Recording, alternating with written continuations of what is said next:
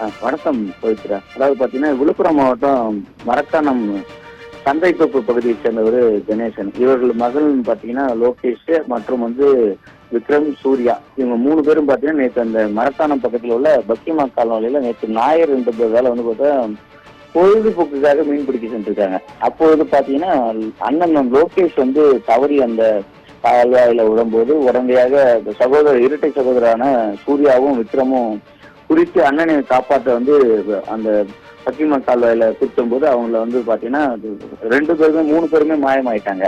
இந்த நிலையில தற்பொழுது பாத்தீங்கன்னா நேற்று இரவு முறையும் தேடி மரக்காணம் தீயணைப்பு துறையிலும் காவல்துறையும் மற்றும் பொதுமக்கள் உதவியுடன் தேடி பார்த்தாங்க.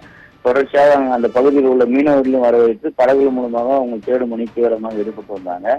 இந்த நிலையில பாத்தீங்கன்னா தற்பொழுது பாத்தீங்கன்னா மூத்த மகன் அதாவது லோகேஷ், அதாவது அவரு மட்டும் சடலமாக மீட்கப்பட்டன. இந்த நிலையில மேலும் அந்த சூர்யாவும் விக்ரமும் இறந்திருக்க கூடும் என அஞ்சப்படுகிறது. அவங்களும் தேடும் பணியில இன்னும் தீவிரமாக தேடி வராங்க. தொடர்ந்து பாத்தீங்கன்னா இந்த ஒரே குடும்பத்தை சேர்ந்த 3 பேர் அண்ணன் தம்பி 3 பேர் உயிரிழந்த சகோதரர்கள் சம்பவம் அப்பகுதியில் பெரும் பரபரப்பு ஏற்படுத்தது.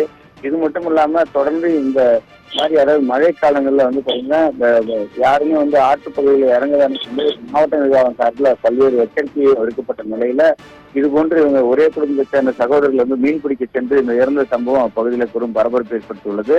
தொடர்ந்து இது போன்ற மேலும் தென்பண்ணை ஆற்றில் மற்றும் தென்மணி ஆற்றில் கரையோர பகுதிகளுக்கு தண்டோரா மூலமாகவும் தொடர்ந்து எச்சரிக்கை விடுக்கப்பட்டுள்ளது. ஆறுகளில் தேவையில்லாம இறங்கக்கூடாது, குளிக்கவோ கூடாது எனவும் எச்சரிக்கை விடுக்கப்பட்டது. தொடர்ந்து மேலும் இது போன்ற சமூகம் நிகழாமல் இருக்கிறதுக்கு மாவட்ட நிர்வாகம் கடுமையான நடவடிக்கை எடுக்கப்படும் எனவும் அந்தந்த கிராம நிர்வாக அலுவலர் மூலமாக உதவியாளர் போட்டி அவர்கள் மூலமாகவும் எச்சரிக்கை விடுக்கப்பட்டு வருகின்றன.